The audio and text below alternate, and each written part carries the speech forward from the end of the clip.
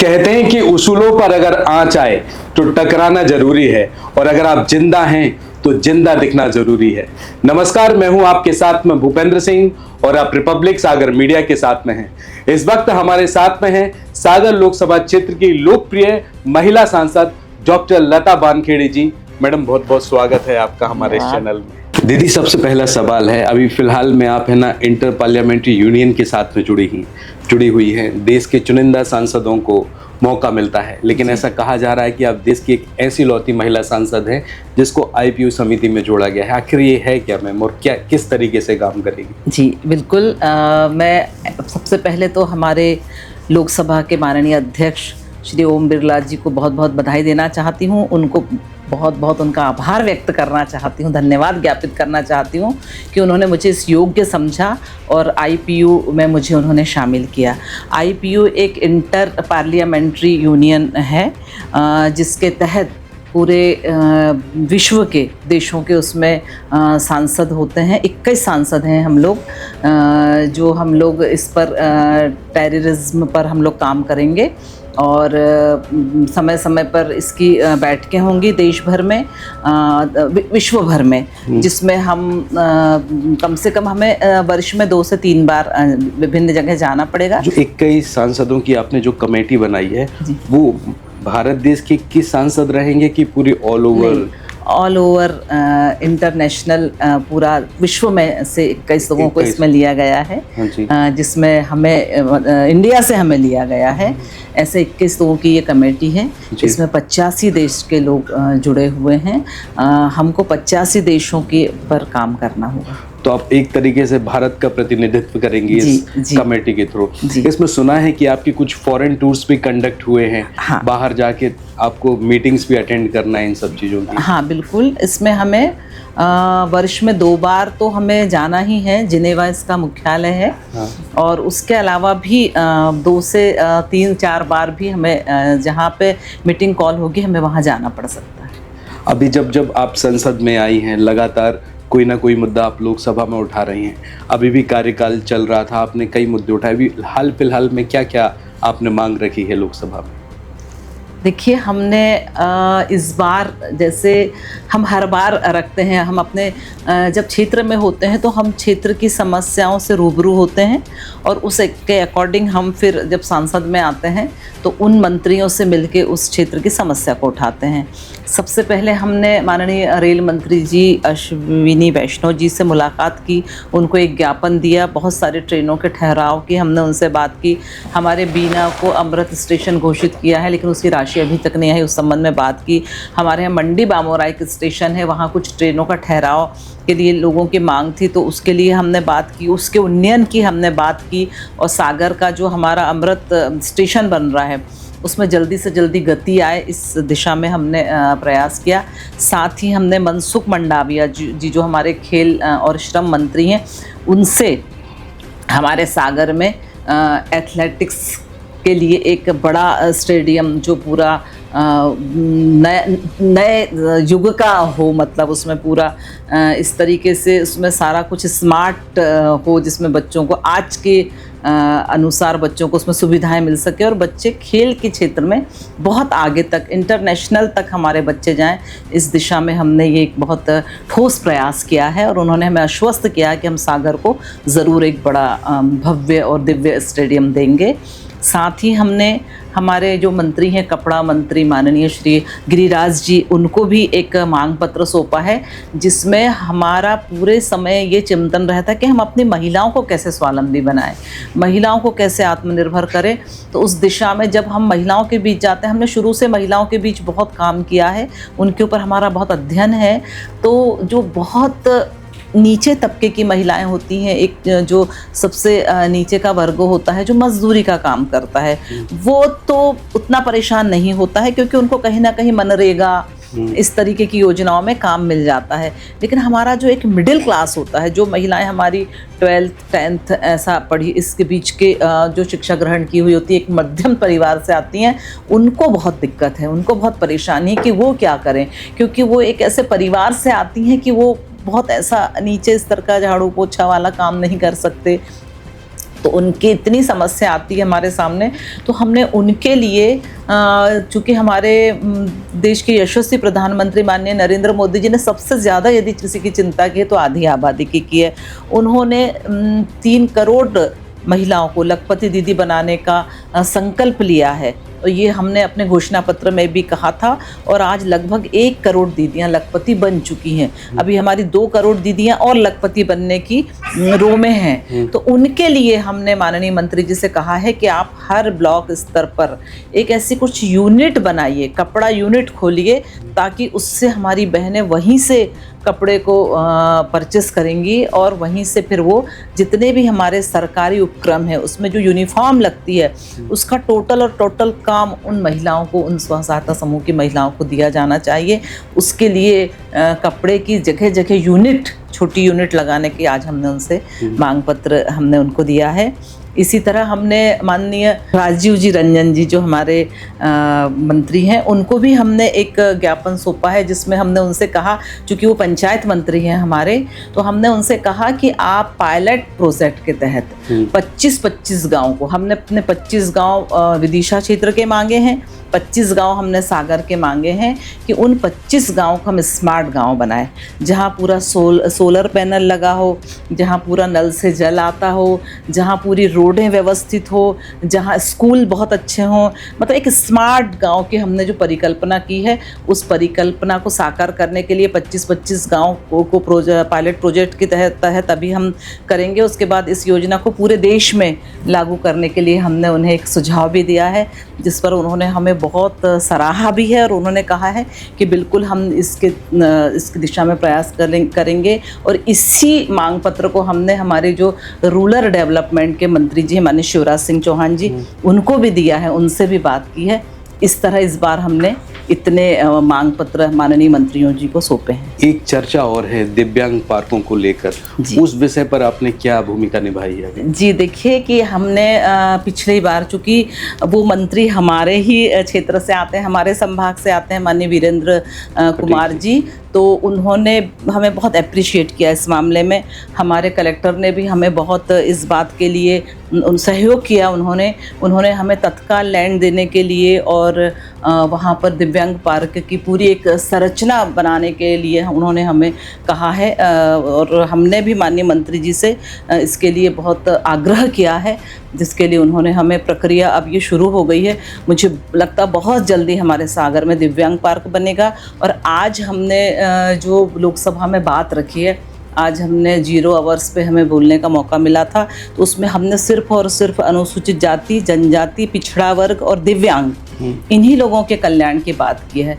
इन्हीं लोगों के लिए, इनके जीवन स्तर को उठाने के लिए, इनके जीवन में खुशियां लाने के लिए क्या प्रयास हो सकते हैं, हम किस तरह से उनके लिए स्मार्ट हॉस्टल बना सकते हैं, हम किस तरह से लिए हमारे दिव्यांग भाइयों के लिए मोबाइल के माध्यम से उनके उपचार कर सकते हैं, उन जा के उनको आने की ज़रूरत ना पड़े, किस तरह से हम उनके लिए शिक्षा उनको दे सकते हैं, किस तरह से हम उनको आज के युग के अनुसार अपडेट कर सकते हैं, और उन सभी समाजों का कैसे हम विकास कर सकते हैं, इस विषय पे हमने आज लोकसभा में अपनी बात रखी। दिव्यांग पार्क वाला जो इनिशिएटिव है वो आप ही के माध्यम से लिया गया है या सरकार की कोई योजना है उसके? देखिए, दिव्यांग पार्क की तो योजना है, हाँ, वो तो बनाना ही है, लेकिन हमने अभी आज इस बात को भी रखा है कि पूरे देश में बनना चाहिए, क्योंकि हमारे जो दिव्यांग भाई बहन हैं वो कहीं ना कहीं उनके पास बहुत मैं समझती हूँ एक सामान्य व्यक्ति से भी ज़्यादा उनके पास दिमाग होता है। मैंने ये आजमाया है और उनमें बहुत कुछ करने की क्षमताएं होती हैं। यदि हम और सरकार उनको थोड़ा सा सपोर्ट दें तो वो अपने आप को समाज से अलग नहीं मानेंगे, वो भी हमारे समाज का एक अभिन्न अंग है। और हमें उनके उत्साह के उमंग के लिए, उत्साह के लिए, उन्नयन के लिए सरकार को और समाज को बहुत सारी काम करने की आवश्यकता है।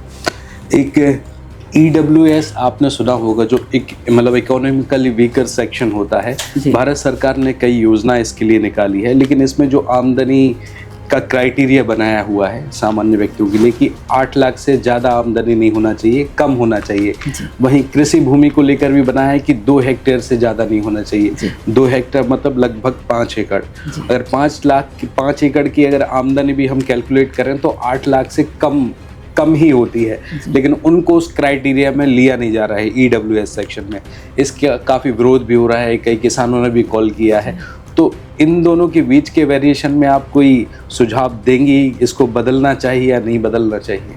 देखिए, EWS एक बहुत अच्छी योजना है। सरकार ने इसको कुछ सोच समझ के ही बनाया था कि बहुत सारे ऐसे लोग जो बहुत नीचे स्तर पर जीवन यापन करते हैं, जिनकी आय कम है, उनको हम कुछ सुविधाएं दे के अपडेट करें। लेकिन मेरे पास भी बहुत सारी ऐसी शिकायतें आती हैं आम जन के साथ। जब मेरा संवाद होता है तो वो लोग इस चीज़ को लेके आते हैं। वो लोग एक तर्क देते हैं कि दीदी आपने 2 हेक्टर ज़मीन पर कि एक वो रखी है कि 2 हेक्टर जिसके पास ज़मीन होगी उसी को मिलेगा, उसके ऊपर भी ज़मीन होगी उसको नहीं मिलेगा।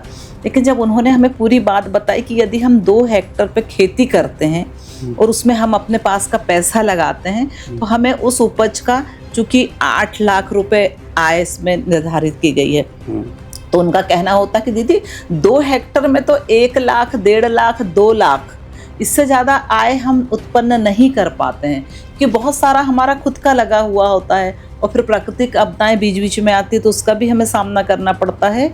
तो इस तरीके से जब उन्होंने हमें पूरे तर्क के साथ उन्होंने हमें कहा तो ये बात हमें भी ठीक लगी। तो हमने आश्वस्त किया हमारे क्षेत्र के लोगों को कि हम इस बात को ज़रूर संसद में उठाएंगे। माननीय मंत्री जी से भी हम इस विषय में चर्चा करेंगे। चूँकि ये सामान्य प्रशासन के अंतर्गत आता है ये विषय, तो हम वहाँ पर ज़रूर बात करेंगे और इसको एक तर्क की दृष्टि से कहें या यदि हमें इसको लागू करना है तो हमें इसमें अंतर्गत आने वाली जो बाधाएं हैं उसको हमें ठीक करते हुए फिर इस योजना का यदि हम संचालन करेंगे तो मुझे लगता है ये एक मील का पत्थर साबित होगी। तो जो EWS स्कीम है उससे आप सेटिस्फाइड है? मतलब ये स्कीम एग्जीक्यूट होना चाहिए। हाँ। अगले जो किसानों वाला जो मुद्दा है, जो भूमि 2 हेक्टेयर करी है, हाँ, उसका क्राइटेरिया बढ़ना चाहिए। मैं इस योजना का समर्थन करती हूँ, लेकिन इसमें कुछ जो हमारी दिक्कतें आ रही हैं किसान भाइयों को, उनकी दिक्कतों को दूर करते हुए हम इसको लागू। जैसे कि एक IPO जो कमेटी है जिसमें आप इंटर पार्लियामेंट यूनियन के साथ में जुड़ी हुई हैं, इसके अलावा और कौन कौन सी समितियां हैं जिसमें आपको इनरोल किया हुआ है? जी, मेरे पास है प्राकृतिक गैस और पेट्रोलियम, जिसके तहत मैं पूरे देश के जितने भी गैस संयंत्र हैं, जितने भी रिफाइनरीज़ हैं, जितने भी पेट्रोलियम के कंपनियां हैं, उनमें सब में मैं जाके वहाँ का निरीक्षण कर सकती हूँ और हम लोग की समय समय पर इसकी मीटिंग्स भी होंगी और हम जाकर वहाँ पर विज़िट भी कर सकते हैं। यदि हमें कोई ऐसा कमी बेशी दिखती है वहाँ तो हम उसके लिए सरकार को लिख सकते हैं। और साथ ही हम सोशल जस्टिस और एम्पावरमेंट की कमेटी में भी हैं। हम सूचना प्रसारण मंत्रालय की हिंदी समिति में भी हैं। इस तरह की हम 4 समितियों में हैं। आपने मतलब शिक्षा और स्वास्थ्य के क्षेत्र में आपने बुनियादी ढांचे के लिए कोई कदम उठाए हैं? कैसा लग रहा है आपको अभी जो वर्तमान का शिक्षा और स्वास्थ्य विभाग है, सही तरीके से अपना काम कर रहा है? देखिए, 2014 के बाद से देश में जो क्रांतिकारी परिवर्तन हुआ है वो हम सब उसको महसूस कर रहे हैं। लेकिन फिर भी हमें लगता है कि दूर दराज के क्षेत्रों में जहाँ पर ऐसा हमको लगता है कि स्वास्थ्य के क्षेत्र में कोई कमियां हैं, डॉक्टर्स की कमी आती है जब हम जाते हैं तो इस दिशा में निरंतर प्रयास चल रहे हैं। हमने जब अनुदान की मांगे इस विषय पर जब बात रखी थी तो हमने सबसे पहले स्वास्थ्य का मुद्दा उठाया था और हमने सागर संभाग के लिए बुंदेलखंड एम्स की मांग की थी। तो उसमें हमारे माननीय स्वास्थ्य मंत्री जी JP नड्डा जी ने हमें एक पत्र लिखा था कि हम आपको PGI दे सकते हैं। PGI भी एक एम्स की तरह ही एक पूरी संरचना होती है और लेकिन एम्स तो नहीं, लेकिन एम्स के ही तर्ज पे वो पूरा होता है। तो उसके लिए हमने राज्य शासन को लिखा है। राज्य शासन से प्रपोजल बन के भारत सरकार को जाएगा और मुझे लगता है मैं सागर में ये बनाने में कामयाब हो जाऊंगी। साथ ही मैंने एयरपोर्ट की मांग की है, क्योंकि सागर में एयरपोर्ट की मांग बहुत जायज़ है, क्योंकि हमारे यहाँ बहुत बड़ा कैंट आर्मी एरिया है। हमारे यहाँ इतनी बड़ी बीना रिफाइनरी आई है हमारे यहाँ केंद्रीय विश्वविद्यालय है, तो हमारे यहाँ हमेशा ये मांग आती है कि जो बाहर के लोग आते हैं, अदर स्टेट से जो लोग आते हैं, उनको बहुत परेशानी होती है, हमें भोपाल जाके फ़्लाइट पकड़नी पड़ती है। तो उसके लिए भी हमने राज्य शासन को, हम बीच में मध्य प्रदेश के सीएस से भी मिले, उनको जहाँ जहाँ हमने जिन जिन योजनाओं के लिए यहाँ पर मांग पत्र दिए, उनके लिए स्टेट से जो प्रस्ताव जाने हैं, तो उस सारे संबंध में हमने उनसे बात की और उन्होंने हमें कहा कि बिल्कुल हम प्रस्ताव बना के भेजेंगे।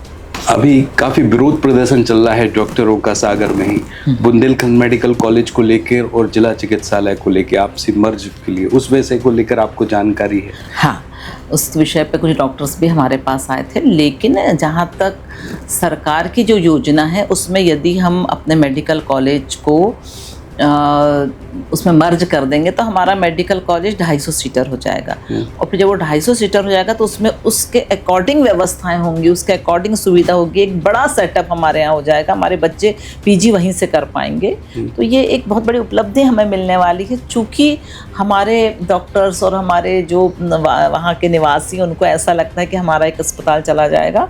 तो उसके लिए फिर बाद में एक बीच का रास्ता निकालने की हम लोग सब ने मिलकर माननीय मुख्यमंत्री जी को एक सलाह दी कि क्यों ना हमारे यहाँ एक बीडी अस्पताल की बहुत बड़ी बिल्डिंग बनी हुई है, लेकिन वहाँ वो यूटिलाइज नहीं होती है। तो हमने माननीय मुख्यमंत्री जी को सुझाव दिया कि आप इस अस्पताल को वहाँ शिफ्ट कर दीजिए और ये वाला पूरा मेडिकल में मिला दीजिए, तो हमारे 2 हॉस्पिटल हो जाएंगे, एक वो भी हो जाएगा जिला स्तर का और ये मेडिकल कॉलेज भी हमारा बड़ा हो जाएगा।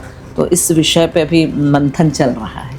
अब सबसे महत्वपूर्ण बात, दिल्ली विधानसभा चुनाव को लेकर आप काफ़ी समय पहले दिल्ली आ चुकी थी, अभी मध्य प्रदेश भवन में आपका इंटरव्यू चल रहा है, आपने कई विधानसभा में भी यहाँ पर जनसंपर्क किया। 27 साल बाद भारतीय जनता पार्टी फिर से स्थापित हुई है, सरकार बनाने के लिए जा रही है।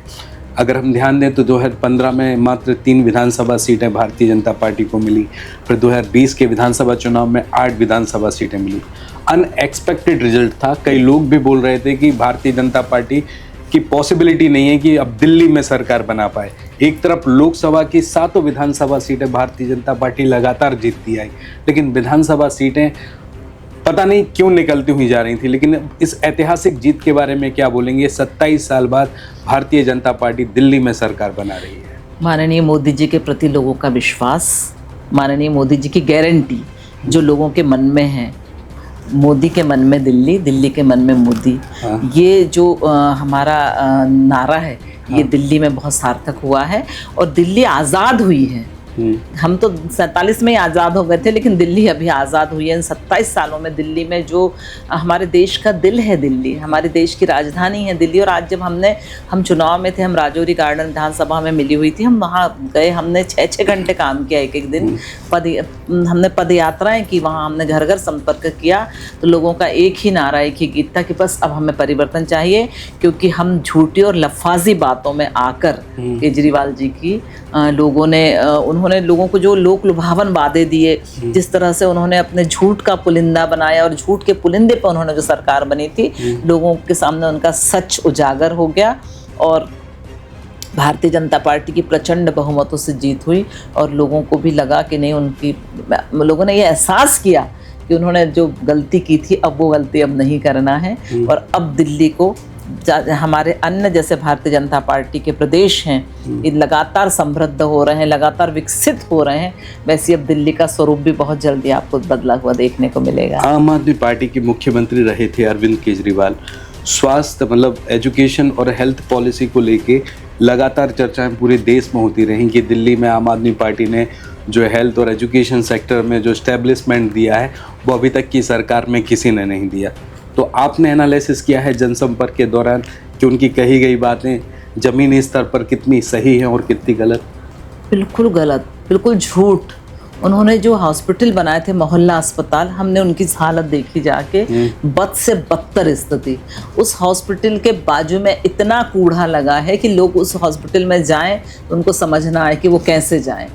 इतनी गंदगी का आलम, जगह जगह कचरे के ढेर और जगह जगह पूरी रोडें खुदी, लोग पानी के लिए तरस रहे, लोग इलाज के लिए तरस रहे। उन्होंने यहाँ पर आयुष्मान योजना लागू नहीं होने दी। लोगों के साथ सबसे बड़ा छल उन्होंने ये किया है है कि हमारे प्रधानमंत्री जी ने जो आयुष्मान योजना, इतनी बड़ी योजना जिसमें 5 लाख तक का ट्रीटमेंट निःशुल्क मिलता है, उन्होंने उसको लागू ना होने दे के कई लोगों की जान लेने का काम किया है। वो कातिल हैं। अब जो दिल्ली विधानसभा का जो चुनाव हुआ, अरविंद केजरीवाल कोई भी योजना एग्जीक्यूट करते थे, लेकिन उसको सैंक्शन करने के लिए केंद्र सरकार की मंजूरी है ना जरूरी थी, उनका ऐसा कहना था। एक मीडिएटर का रोल निभाया जो एलजी हैं बीच में, यानी कि पहले भारतीय जनता पार्टी, फिर एलजी, फिर आम आदमी पार्टी, कोई भी योजना हो वो हर चीज़ का ठीकरा एग्जीक्यूशन पर भारतीय जनता पार्टी की केंद्र सरकार पर थोप देते थे कि इनकी वजह से ऐसा नहीं हो पाया, इनकी वजह ऐसा नहीं हो पाया।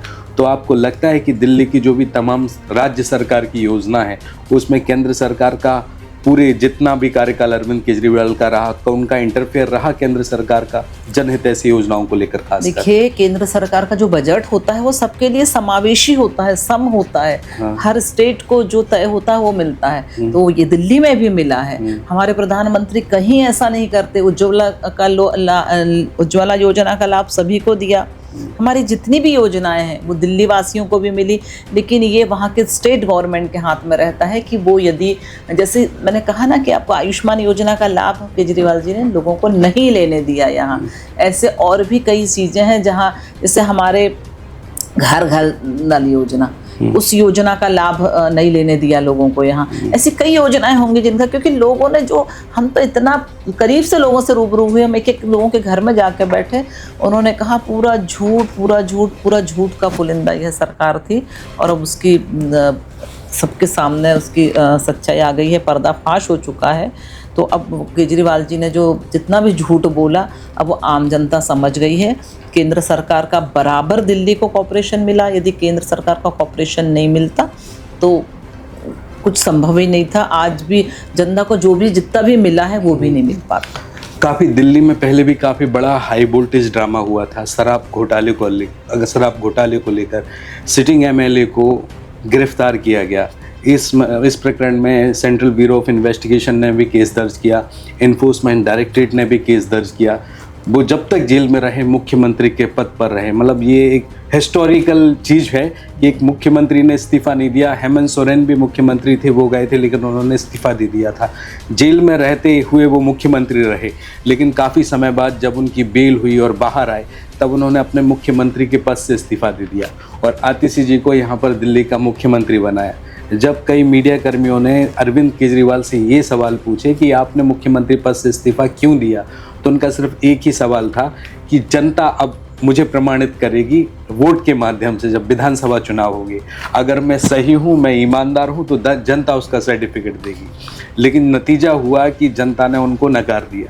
तो उनके सर्टिफिकेट और उनकी ईमानदारी पर आप क्या कहेंगे, जो शराब घोटाला जो हुआ है? बिल्कुल ईमानदार नहीं है। हमने बार बार कहा कि सच सामने आ गया है और इतने ज़्यादा सत्ता के लालची वो व्यक्ति हैं, उनको तो जेल जाने से पहले ही इस्तीफा दे देना था। उन्होंने एक संवैधानिक पद की गरिमा को तार किया है। ये बहुत गलत चीज़ है, इसको पूरे देश ने महसूस किया है। और केजरीवाल का जो झूठ था, जैसे उन्होंने कहा था कि मोदी जी हम इस जन्म में तो आपकी ही सरकार रहेगी, जनता पार्टी तो कभी सोचना भी नहीं, आपको उसके लिए दूसरा जन्म लेना पड़ेगा। उनका ये वाक्य दिखता है कि कितने अहंकारी हैं। जब रावण का अहंकार नहीं रहा तो केजरीवाल का अहंकार कहाँ रहेगा? ये जनता है, ये सब जानती है। आप जनता को एक बार बुद्धू बना सकते, 2 बार बुद्धू बना सकते, आप तीसरी बार बुद्धू नहीं बना सकते। आपका पूरा राजभाष जनता के सामने खुल गया और आज भारतीय जनता पार्टी की प्रचंड जीत दिल्ली में हुई है। एक और आपसे प्रश्न पूछना चाहता हूँ। टॉप लीडरशिप आम आदमी पार्टी के अरविंद केजरीवाल रहे, मनीष सिसोदिया जी रहे, सत्येंद्र जैन भी रहे, सौरभ भारद्वाज भी रहे। ये जितने भी टॉप लीडर अपने आप को बताते थे आम आदमी पार्टी में, जब ये विधानसभा चुनाव के रिजल्ट के नतीजे आते गए तो मुख्यमंत्री अरविंद केजरीवाल जो पूर्व मुख्यमंत्री रहे, उन्होंने अपनी विधानसभा सीट तो खोई, लेकिन उनके सराउंडिंग जितने भी पॉलिटिकल लीडर थे, टॉप लीडर थे, जिनकी मतलब मनीष सिसोदिया की एजुकेशन पॉलिसी की पूरे देश में चर्चा हो रही थी, बात कर रहे थे, इन सभी का हारना अपनी विधानसभा से, उसका क्या मतलब है? देखिए, कहीं ना कोई तो खामी होगी। कहीं ना कहीं कोई जनता ने ऐसा उनसे ये महसूस किया होगा कि ये एक क्या कहना चाहिए, मच्छी जो रहती है, मछली, एक मछली पूरे तालाब को गंदा करती है। तो वो अपने जनता की आड़ में उन्होंने जो अपना उनके जो इस तरीके के अवैध कार्य थे जिसके कारण वो लोग फंसे हैं, वो बकायदा करते गए और जनता के सामने श्वेतपोश अपराधी के रूप में वो घोषित हुए। अभी कुछ सोशल मीडिया पर वीडियोस भी वायरल हो रहे हैं जहां पर पंजाब की शराब यहाँ पर दिल्ली में स्टॉकिस्ट बताई जा रही है कि अरविंद केजरीवाल ने चुनाव में लोगों को लुभाने के लिए शराब बांटने का प्रयास किया। काफ़ी भारतीय जनता पार्टियों के कार्यकर्ताओं ने भी रेड की जब वहाँ पे थी, काफ़ी शराब वहाँ पर मिली। उस विषय में है जानकारी आपके लिए? जी मुझे इस विषय में तो जानकारी नहीं है, लेकिन मैं बस यही कहूँगी कि ये इस तरीके के लोग श्वेतपोश अपराधी कहलाते हैं। कि अंदर तो अपराध लगातार जारी रखते हैं, लेकिन ऊपर से सफ़ेद चोला पहन के लोगों को लोग लुभावन वादे करके और सीधी सादी आम जनता को अपने उस जाल में फंसाते हैं। और वही हाल अभी हमको प्रत्यक्ष देखने को मिला दिल्ली में आम आदमी पार्टी।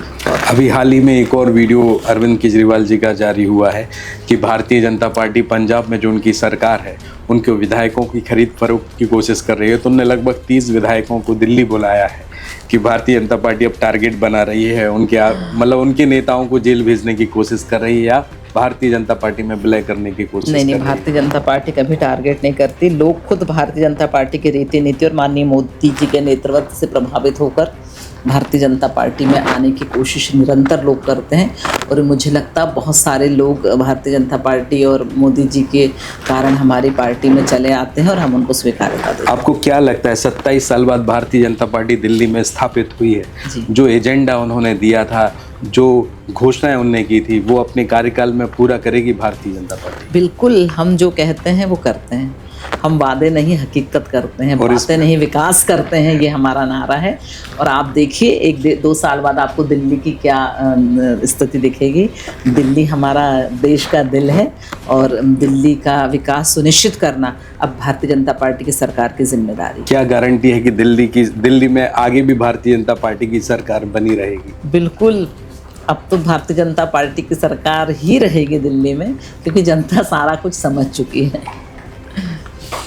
युवा पीढ़ी को राजनीति में आना चाहिए या नहीं आना चाहिए? आपका क्या इंटेंशन है? जब महिलाओं के विषय को लेकर भी हमने पिछले इंटरव्यू में आपसे पूछा था, युवा पीढ़ी में युवक और महिलाओं को राजनीति में इंटरेस्ट होना चाहिए या नहीं? बिल्कुल आना चाहिए। मैं तो युवाओं का आह्वान करती हूँ। हमारे प्रधानमंत्री जी माननीय नरेंद्र भाई मोदी जी ने 1 लाख युवाओं को राजनीति में आने हेतु प्रेरित किया है। और युवा की बहुत, हमारा देश युवा देश है। और जब युवा किसी चीज़ को में अंदर आते हैं, क्योंकि जो कहावत है ना, संघर्षों के साए में असली आज़ादी पलती है और इतिहास वहाँ मुड़ जाता जहाँ पर जवानी चलती है।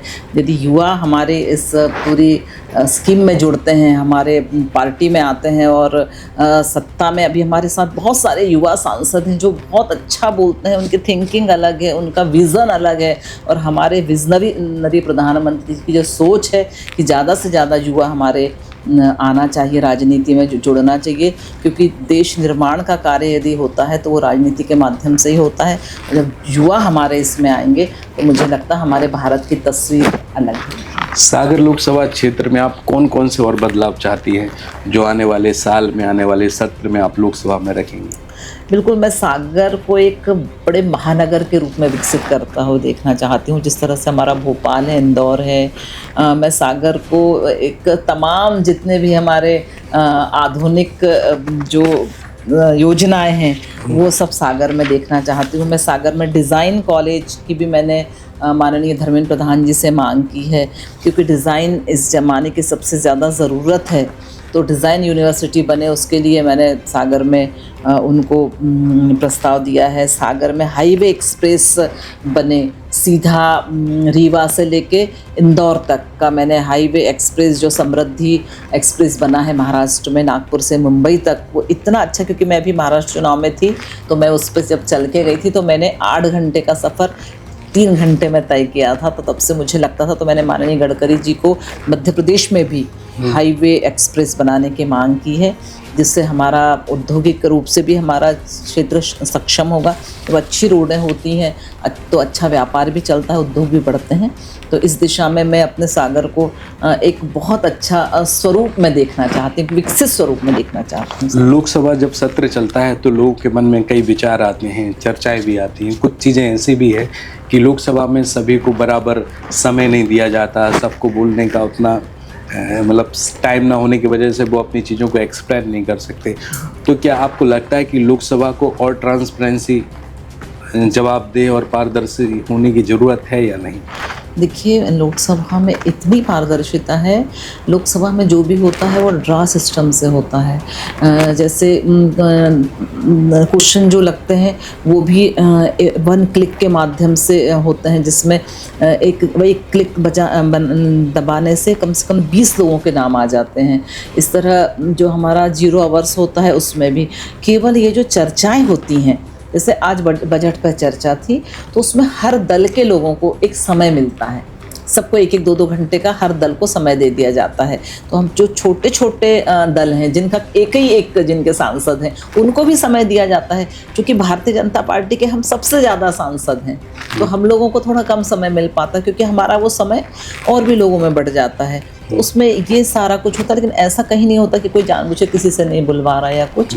और हमको जैसे अब जिसको अभिभाषण पे बुलवाया राष्ट्रपति जी के, उनको अभी बजट पे नहीं बुलवाया, और जो बजट पे अभी जो बोले अब वो अनुदान की मांगे, अब अगला सत्र में वो होने वाला है, उसमें जो छूट गए उनको ऐसा बुलवाएंगे। 2024 में आप सांसद बनी सागर लोकसभा क्षेत्र की, आपके कार्यकाल में कोई भी ऐसा मुद्दा रहा जिसमें आपकी आलोचना हुई? देखिए, आलोचना तो हर किसी की होती है। कौन ऐसा व्यक्ति जिसकी आलोचना नहीं होती? उसके लिए दृष्टिकोण की आवश्यकता होती है कि कौन किसको किस दृष्टि से देख रहा है। आप बहुत अच्छा काम कर रहे हैं, फिर भी आपके विरोधी आपकी आलोचना तो करते ही हैं। इसलिए आलोचना से हम कभी नहीं डरते ना घबराते। हम तो अपना एक ही नारा, एक ही लक्ष्य लेके चलते हैं कि हमें विकास करना है, आम नागरिकों के जीवन में बहार लाना है, हमारे जो अंतिम छोर के व्यक्ति हैं उनको समाज की मुख्य धारा में लाना है। इस लक्ष्य को लेके हम निरंतर चरेवेती के तर्ज पे काम करते रहते हैं। काफ़ी समय से मैडम सहारा घोटाले का मतलब मुद्दा काफ़ी गरमाया हुआ है सागर जिले में भी, क्योंकि सागर लोकसभा क्षेत्र में भी कई लोगों के सहारा में पैसा फंसा हुआ है, लेकिन समय पर उसको मिल नहीं रहा। सरकार ने तमाम योजनाएं बनाई, तमाम स्कीम बनाई, लेकिन अभी तक कई लोग ऐसे हैं जिनको अपना पैसा रिटर्न नहीं मिला। तो उस पर अभी सरकार क्या कदम उठा रही है या क्या योजना उस पर चल रही है, क्या एक्शन लिया अभी तक सरकार ने? देखिए, जब हमारा पहला दूसरा सत्र था उस समय बहुत सारे लोगों ने ये मामला उठाया था। तो हमारे सहकारिता मंत्री माननीय अमित शाह जी ने इसके ऊपर प्रॉपर पॉलिसी बनाने की बात कही। इसके ऊपर मंथन चल रहा है। मतलब आम लोगों को जो परेशानियों को सामना करना पड़ रहा है उसके लिए सरकार की भी चिंता है। तो सरकार का पूरा प्रयास है कि लोगों को उनका जो धन उनका लोगों का जो लगा है या लोगों की जो दिक्कतों का सामना करना पड़ रहा है उससे लोगों को निजात मिले, इस संबंध में सरकार की प्रॉपर पॉलिसी बन रही है। काफ़ी लंबा समय हो गया है, लेकिन आपकी क्या अपेक्षा है, कितने समय में ये पूरा काम हो जाएगा? क्योंकि सरकार के कंपाउंड में तो पूरी योजनाएं हैं, सभी प्रॉपर्टी भी सीज कर ली हैं सरकार ने, पूरी रेवेन्यू भी सीज कर ली है, लेकिन फिर भी आपको क्या लग रहा है डिसबर्समेंट में कितना समय और लगेगा? देखिए, मुझे तो लगता है बहुत जल्दी हो जाएगा, क्योंकि मोदी है तो मुमकिन है। हम तो ये बात जानते हैं और मुझे लगता है कि बहुत जल्दी अगले सत्र तक या उसके तब तक, क्योंकि मेरी भी एक बार माननीय मंत्री जी से बात हुई थी तो उन्होंने कहा कि हम इस दिशा में निरंतर प्रयास कर रहे हैं और ये हमारे प्रयासों को जरूर सफलता मिलेगी। वर्तमान में जो देश में मुख्य समस्याएं हैं, महंगाई, बेरोजगारी और महिला सुरक्षा को लेकर, इस पर आपका क्या नज़रिया है? देखिए, मैं ऐसा नहीं मानती हूँ कि महंगाई है या कोई, अब पहले वाली बात अलग थी। जब हम 2014 से पहले का भारत देखते थे उसमें और अब में बहुत अंतर आया है। अब मुझे लगता है कि आम जनता बहुत खुशहाली की तरफ जा रही है। जिस तरह से हमारे प्रधानमंत्री जी ने और हमारी सरकार ने योजनाएं बनाई हैं, उन योजनाओं का लाभ लोगों को मिल रहा है। लोगों का जीवन स्तर ऊंचा उठा है। 25 करोड़ लोग गरीबी रेखा से ऊपर उठे हैं। लोगों की आय में भी वृद्धि हुई है। कृषि के क्षेत्र में किसानों के लिए भी किसान सम्मान निधि जैसी योजना, समर्थन मूल्य बढ़ाकर हमने किसानों को काफ़ी कुछ देने का हमारी सरकारों ने काम किया है। हमारी सरकारों ने हर वर्ग के लिए काम कर रही है, हर क्षेत्र के लिए सरकार काम कर रही है। तो मुझे लगता कि स्थितियाँ तब कुछ थी, अब कुछ और हैं। अब वो वैसी स्थिति देखने में नहीं आती कि कोई बहुत व्यक्ति गरीब है या कोई बहुत अत्याचार हो रहे हैं। इन सब पे बहुत ज़्यादा अभी नकेल कसी गई है।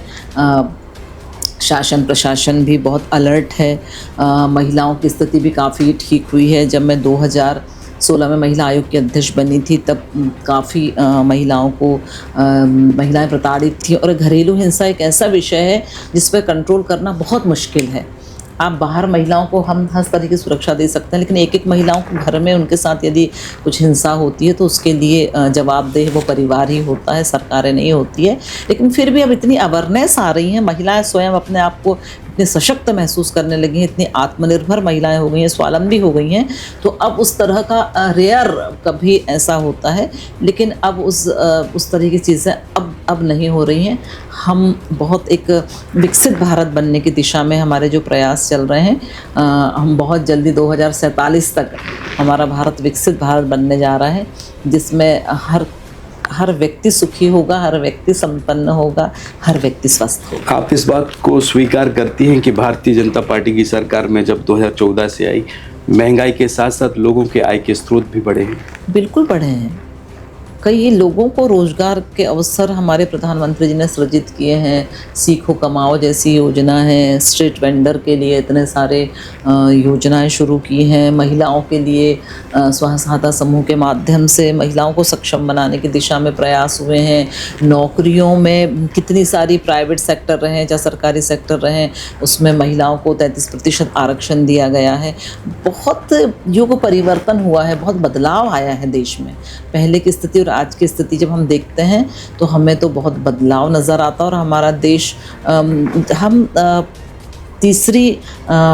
हमारी जीडीपी हम तीसरे पायदान पे थे। आज हम 5वें पायदान से तीसरे पायदान पे आ गए हैं और बहुत जल्दी हम देश की सबसे बड़ी अर्थव्यवस्था बनने जा रहे हैं विश्व की।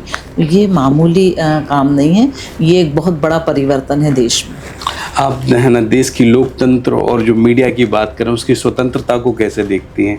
किस तरीके से आज की मीडिया काम कर रही है? देखिए, मीडिया से मेरा बहुत अच्छा नाता है।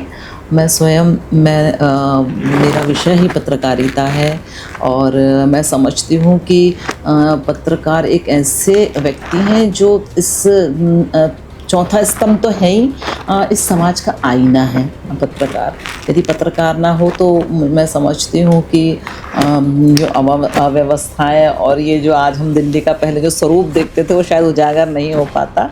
इससे पत्रकार को हमेशा स्वतंत्र, निर्भीक और निष्पक्ष होना चाहिए और उसके लिए सरकार को प्रॉपर उनका सपोर्ट होना चाहिए, क्योंकि जब कोई पत्रकार किसी इशू को उठाता है तो कहीं ना कहीं उसका जीवन भी खतरे में आ जाता है। इसलिए मैं समझती हूँ कि हमारे जो चौथा स्तंभ है इस लोकतंत्र का, उसको बहुत सशक्त और मजबूत बनाने की और बल देना चाहिए। देश के पूर्व प्रधानमंत्री डॉक्टर मनमोहन सिंह को तो एक्सीडेंटल प्राइम मिनिस्टर कहा जाता है, लेकिन हमारे देश में ऐसे कई स्टेट बन चुके हैं जहां पर एक्सीडेंटल चीफ मिनिस्टर भी हो चुके हैं। डॉक्टर मोहन यादव जो मध्य प्रदेश के मुख्यमंत्री हैं, कभी किसी ने नहीं सोचा था कि वो मुख्यमंत्री के तौर पर सबके सामने आएंगे। तो एक एक्सीडेंटल चीफ मिनिस्टर बोलना गलत नहीं होगा उनके लिए। फिर भी उनका अभी का जो कार्यकाल रहा 2023 के विधानसभा चुनाव के बाद, किस तरीके से वो काम कर रहे हैं, लोग उनको पसंद कर रहे हैं या नहीं, और क्योंकि जो कार्य का मतलब जो भी योजनाएं हैं उनका क्रियान्वयन किस तरीके से वो एग्जीक्यूट करते हैं? देखिए, डॉक्टर मोहन यादव एक बहुत कर्मठ नेता हैं हमारे। उन्होंने अपने क्षेत्र में इतना काम किया, मैं तो उनको बहुत पहले से जानती हूँ। एक बार उनका टिकट होने के बाद बड़नगर से और टिकट काट दिया गया था उनके, वो चले भी गए थे, उन्होंने कैंपेनिंग शुरू भी कर दी थी। उसके बाद वो व्यक्ति थोड़े भी नर्वस नहीं हुए। उनसे हमें बहुत कुछ सीखने को मिला। उन्होंने इतनी सशक्तता के साथ, इतनी ईमानदारी के साथ पार्टी का काम किया है और वो बिल्कुल एक्सीडेंटल नहीं है। वो उच्च शिक्षा मंत्री रहे हैं। उच्च शिक्षा मंत्री रहते उन्होंने बहुत शिक्षा के क्षेत्र में सराहनीय कार्य किया है और वो हमारे विचार परिवार के बहुत ईमानदार और निष्ठावान कार्यकर्ता रहे हैं। और आज उन्होंने मध्य प्रदेश में हमारे पूर्व मुख्यमंत्री माननीय शिवराज सिंह चौहान जी ने जिन योजनाओं को लागू किया था उनको और बढ़ चढ़ के और गति देने का काम किया है। और मैं सबसे ज़्यादा उनका अभिनंदन इसलिए करना चाहती हूँ कि आज केंद्र सरकार की जितनी भी योजनाएं चल रही हैं उसमें मध्य प्रदेश अव्वल है योजनाओं का लाभ देने में। और भी उन्होंने जिस तरह से अभी हर संभाग में कॉन्क्लेव की, जिस तरह से हर ज़िले में 30-30 हज़ार करोड़ के निवेश आए हैं, तो ये उनकी मैं सबसे बड़ी उपलब्धि मानती हूँ। क्योंकि हमारा सबसे बड़ा यदि कोई मांग होती है तो वो रोजगार की होती है, तो उस क्षेत्र में उन्होंने सबसे पहले काम किया। उन्होंने मध्य प्रदेश को स्वर्णिम मध्य प्रदेश की दिशा में उनके जो प्रयास चल रहे हैं वो बहुत सराहनीय हैं। और मैं समझती हूँ कि अभी तो उनको 1 ही वर्ष हुआ है, अभी आगे बहुत अच्छे हमारे मध्य प्रदेश में काम होंगे और हमारा मध्य प्रदेश देश का 1 नंबर राज्य बनेगा। आने वाले समय में भी भोपाल में 24 और 25 को इंडस्ट्रीज कॉन्क्लेव का आयोजन किया गया है। मुख्यमंत्री जी की जापान यात्रा भी रही, उस विषय में क्या कहना चाहेंगे आप? देखिए, कॉन्क्लेव में तो मुझे लगता है हमारे प्रधानमंत्री जी भी पधारेंगे, क्योंकि ये हमारी सबसे बड़ी कॉन्क्लेव होगी और मुझे लगता है इसमें और हज़ारों करोड़ के निवेश हमारे प्रदेश में आएंगे। और मध्य प्रदेश में जो हमारे जो युवा हैं, जो बेरोज़गार हैं, मुझे लगता है उनको हर क्षेत्र में, हर सेक्टर में उनकी योग्यता के अनुसार काम मिलेगा। तो ये हमारे क्षेत्र के लिए, हमारे प्रदेश के लिए एक बहुत बड़ा अचीवमेंट होने वाला है। जापान यात्रा उनकी सफल रही। बिल्कुल, जापान यात्रा से आने के बाद हम उनसे मिले, वो यहीं दिल्ली में ही थे और उन्होंने वहाँ भी इस निवेश के संबंध में उन्होंने चर्चा की, जिससे उन्हें बहुत, वहाँ के लोगों ने उनको बहुत अप्रिशिएट किया। और उन्होंने हमसे कहा कि हम कितना अपने प्रदेश के लिए ला सकते हैं, इस दिशा में हमारी निरंतर कोशिश रहती है। आपकी पीआरओ है मैम विपिन दुबे जी, काफ़ी समय से, जब से आप सांसद बनी हैं, आपका मीडिया कोऑर्डिनेशन वो काफ़ी देख रहे हैं, काफ़ी काफ़ी संस्था से भी जुड़े हुए हैं। किस तरीके से उनका काम है, आपकी बातों को ला पाते हैं मीडिया के बीच में? जी, नहीं, वो बहुत अच्छा काम करते हैं, उनके बहुत अनुभव है। उन्होंने 22 वर्ष दैनिक भास्कर में काम किया है, तो वो एक अच्छे, बहुत अच्छे, क्या कहना चाहिए, विशेषज्ञ के तौर पे पत्रकारिता में उनकी विशेषज्ञता है। बहुत अच्छे आर्टिकल्स भी वो लिखते हैं। वो अभी एक सार्थक संवाद मैगज़ीन भी निकालते हैं और बहुत अच्छी न्यूज़ बनाते हैं और मैं बहुत सेटिस्फाइड हूँ उनके कामों से। बहुत बहुत धन्यवाद मैडम चैनल के साथ में जुड़ने के लिए। रिपब्लिक सागर मीडिया को सब्सक्राइब अवश्य करें और आप हमारी आने वाली सभी वीडियो को देखना चाहते हैं तो आपको उसके लिए घंटी जरूर दबानी पड़ेगी, ताकि आपको सभी वीडियो की नोटिफिकेशन समय समय पर मिलती रहे। रिपब्लिक सागर मीडिया पर जो भी वीडियो आएगा वह सच की कसौटी पर कसकर ही आएगा।